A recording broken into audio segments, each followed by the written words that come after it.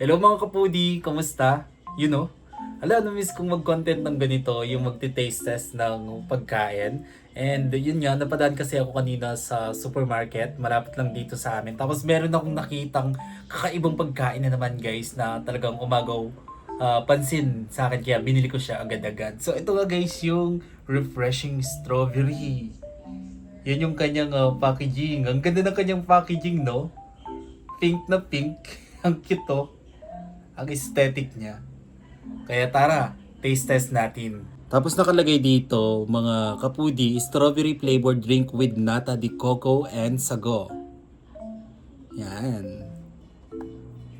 So meron nakalagay dito yung kanyang nutrition packs and yung other details. Basahin nyo na lang guys, sobrang haba eh. Tinatamad ako magbasa. So yun yung kanyang packaging. Grabe, sobrang napaka eye-catchy ng kanyang packaging, no? Apaka-cute.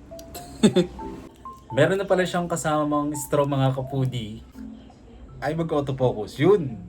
So ito, dito natin ilalagay yung straw. Ipupush lang siguro to. Yun, napush ko na siya. Ayun, meron pa palang ganito guys. Tignan nyo.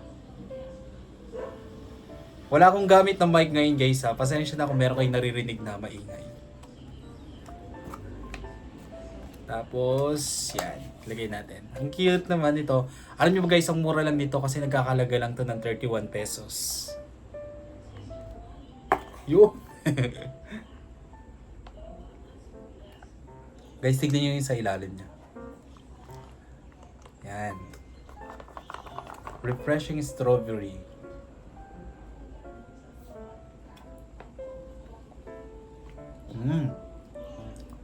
May nata de coco nga siya. May sago. Mga kapudi, lasang kwan siya, yogurt. Pero hindi yung sobrang asim. Sakto lang yung tamis niya, hindi siya mas sobrang matamis. Refreshing. Sarap.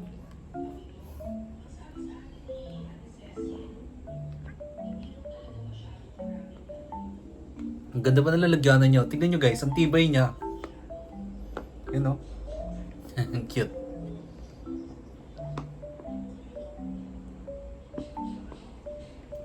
Magiging favorite ko to, promise.